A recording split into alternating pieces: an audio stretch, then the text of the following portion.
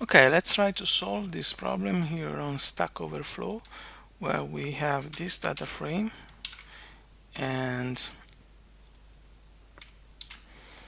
okay, and we want an output like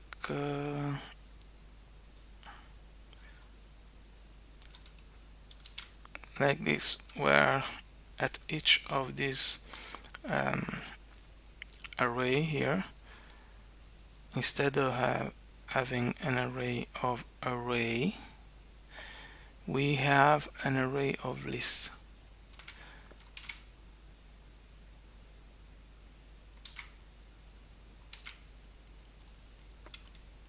So this is the output, and so let's go.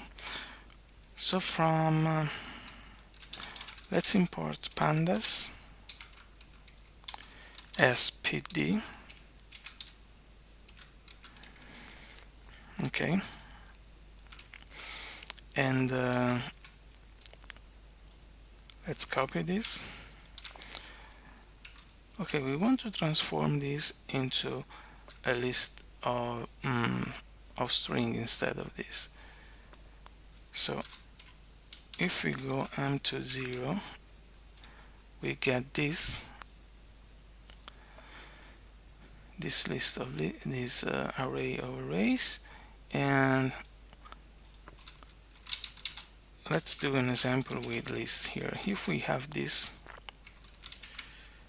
okay, and this is what happens if we use this string. We will have this string with these square brackets.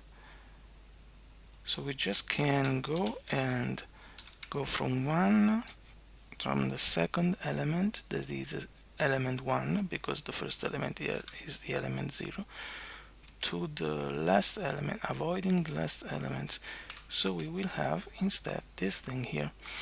So we can apply this to every one of this list and we will be good. So we will make m2 0 is equal m2 0. We can apply this rule, that is for every